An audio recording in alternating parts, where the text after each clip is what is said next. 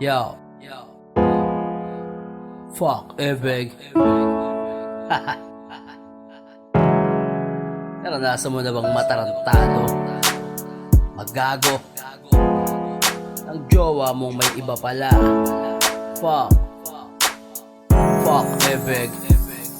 Masayang nakangiti, pauwi galing trabaho. Ito yung araw ng aming anibersaryo. Dumaan muna ako palengke at bumili ng bulaklak, tsokolate at kwintas na kumikinong. Pang regalo kay mahal, tiyak masusurpresa. At syempre hindi ko kakalimutan ng serbesa. Sakto dito na ako pumasok ng walang ingay. Sa aming bahay aking lakad, swabe lang at hinay-hinay. Pagdating sa kwarto tila sungay ko'y bumukol. Nakita ko si mahal, hubot-hubat at umuungol. Huwag ka matakot pre, enjoy lang wag magpigil.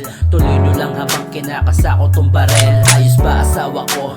Nasatisfied ka ba? Sulitin mo na yan, maya-maya patay ka na. Aalis na ako mahal, masyado na akong nang abala. Bago yan iiwanan ko kayo ng tig-isang bala. Fuck, big. Fuck, big. Fuck, big. Fuck, big. Fuck, big.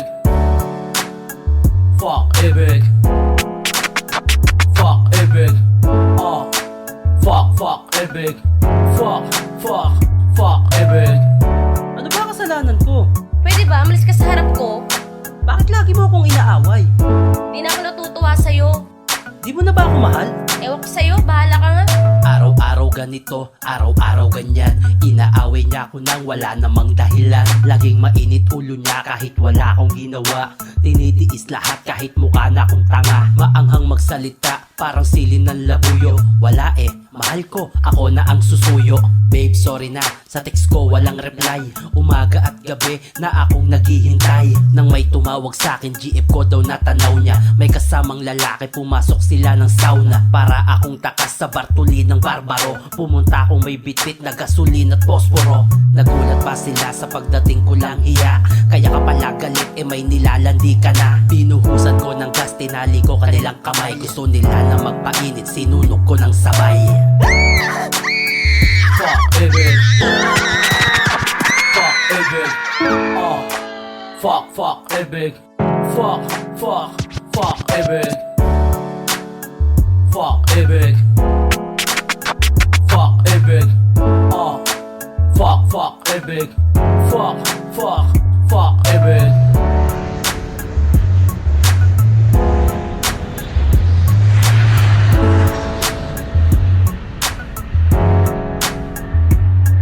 Ako nga pala si Randy, OFW ng Saudi.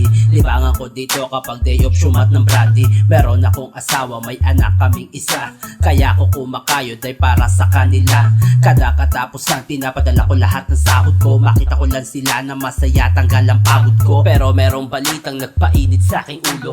Mula sa kaibigan ko na taga Purok Uno. Buntis daw ang asawa ko at medyo tumaba. Paano nangyari yun? 5 taon na kung wala. Agad-agad akong umuwi, pabalik ng Pilipinas. Lakad ko'y mabigat, halos ang lupa ay mapilas. Kumpirmado, asawa ko may iba. Karelasyon niya yung kinupkup ko't pinag-aral pa. Ito pa ang napala ko pagkatapos kang tulungan. Gusto nyo ng forever, magsama kayo sa kulungan.